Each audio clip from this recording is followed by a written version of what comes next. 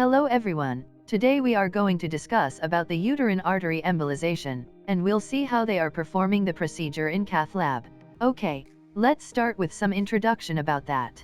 Uterine artery embolization is a procedure in which an interventional radiologist uses a catheter to deliver small particles that block the blood supply to the uterine body. The procedure is done for the treatment of uterine fibroids and adenomyosis. This minimally invasive procedure is commonly used in the treatment of uterine fibroids and is also called uterine fibroid embolization. Now we'll see the indications and contraindications of the uterine artery embolization. The indications are heavy menstrual bleeding and pelvic pressure, and the pelvic pain, then urinary urgency, frequency, incontinence, and retention, hydronephrosis. The contraindications are like absolute and relative. In absolute, pregnancy and suspected leiomyosarcoma or endometrial, cervical, or ovarian malignancy. In relative, coagulopathy or requirement for continuous anticoagulation, and renal insufficiency, then severe allergic reaction to iodinated contrast material, and then desire for pregnancy within 2 years. The patient preparation for uterine artery fibroid embolization are: patient should have nothing by mouth except normal medications with a sip of water for at least 6 hours prior to the procedure. Next, most interventionalists place a Foley catheter in the bladder prior to the procedure. This is for patient comfort and to keep bladder empty, which will reduce fluoroscopic dose. And then, the patient should have the anticipated post-procedure recovery explained to them, and they should be instructed on the use of the patient-controlled analgesia pump for intravenous narcotics. After patient preparation, the patient shifted to cathlab. In cathlab, we'll see how the procedure is being done. In cathlab, first they prepare the patient groin area for the access of femoral artery, that can be either unilateral or bilateral femoral artery, 4 French or 5 French sheath typically used at puncture site.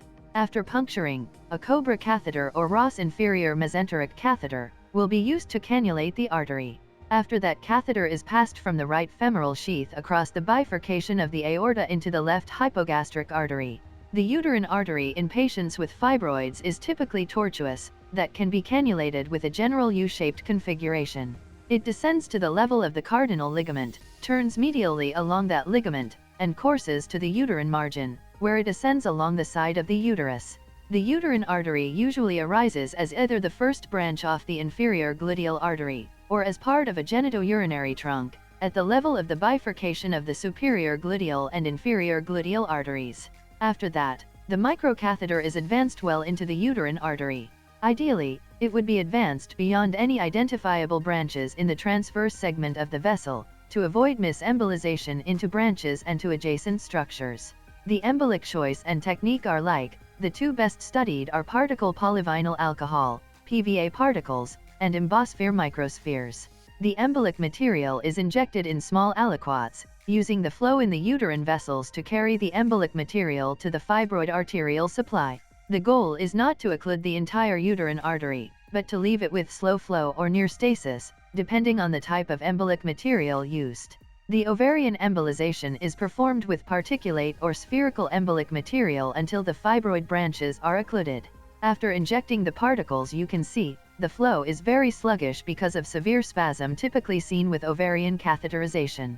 After finishing the procedure, the patient femoral sheath will be removed and dressing will be applied over the area, and the post-procedure management will include the general care of the patient. Most interventionalists observe the patient in hospital overnight, although it is increasingly common to discharge same day. Then for the pain management. In hospital, the mainstay of pain management is intravenous narcotics, usually administered via an intravenous PCA pump, and nonsteroidal anti-inflammatory agents, initially intravenous ketorolac. Then for the nausea. The second most common symptom needing medical management is nausea. This may be prevented to a large degree by prophylactic doses of ondansetron.